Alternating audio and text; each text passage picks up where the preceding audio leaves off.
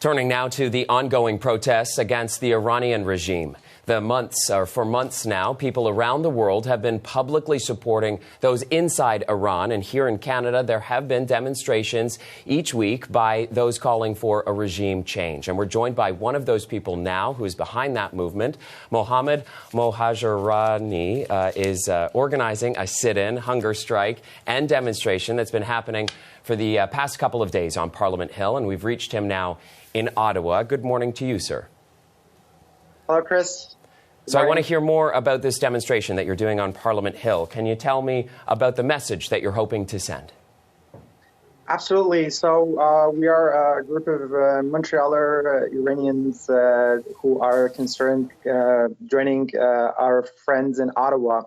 We have a 3-day sit-in and hunger strike in front of the House of Commons, and we're going to end our strike on the third day today in about an hour in form of a gathering on the Parliament Hill itself.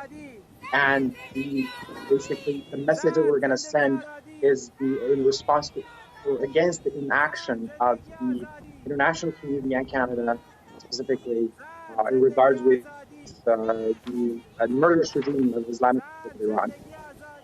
Now, you've been holding this sit-in and hunger strike for the past couple of days, as I was just saying, but what is pushing you forward to continue doing this? Basically, all of us who are doing this and people who are supporting this that are not present here have ties with Iran, have families, a mother, a father, sister, friend, a memory, and basically because of them, we think we can make an influence through the international community, through Canada, because Iranian people can protest and will protest and will continue, and they're very resilient. But without international help, a regime change is not easy or possible. Iran has strong economic ties with some European countries. Canada actually has been very much more supportive than some European countries, and its G7 allies in relation with Iran cut diplomatic relations many years ago. And we've been outspoken about the human rights, but what we say is that this speech is not enough. What Canada can do to help more is basically working with its G7 allies who still have strong ties with Iran. They still do negotiations with Iran.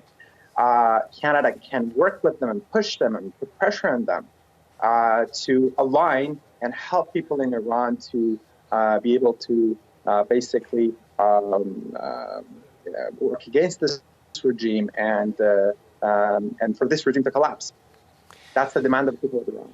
Now, the Canadian government had certainly faced a lot of criticism when it stopped short of calling Iran's Islamic Revolutionary Guard a terrorist entity, as many other countries had done so. What do you think in terms of what Canada has done against the Iranian regime? So what I would like to say, that's a very good point, Chris. I think, let's just put the focus not on the protest in Iran, but on an event in 2020,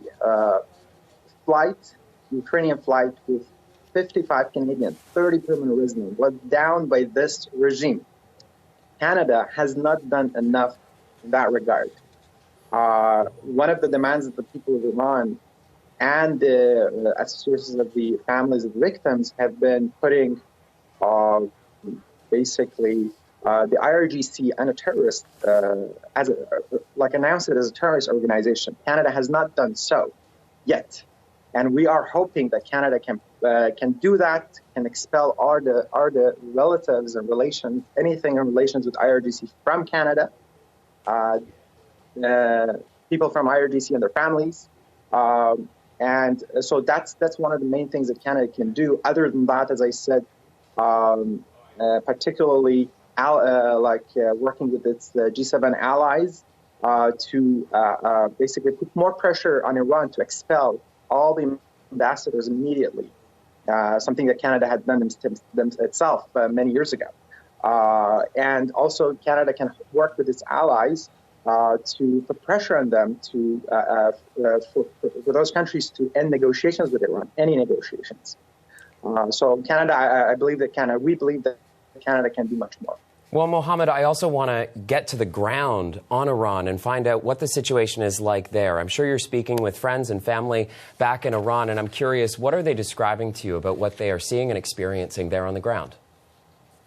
Thank you. Very good question. Many of us are in daily contact with their family and friends. We're actually very concerned about their safety, their well-being, their lives. What I can tell you is that Iranian people claim this as a real revolution, a modern revolution, under very modern slogan of woman, life, freedom. And that's the demand of the people. And this regime cannot fulfill that. So that means a regime change. That means that their demand is a regime change. People in Iran, it's a revolution because it's becoming a routine for them. They know when the protest starts, approximately. They know where it's dangerous to go. They know where they need to go to protest. That's what we hear from our relatives. But more importantly, that's the importance of this protest and this revolution is that it's very widespread and it's decentralized, and it doesn't have a leader. All right, Mohammed. Well, thank you very much for giving us this look at what's happening in Iran and what is being done in Ottawa in response to it. I appreciate your time this morning. Thank you very much. Mohammed Mohajerani is a protester there, and he was an organizer of that protest in Parliament Hill.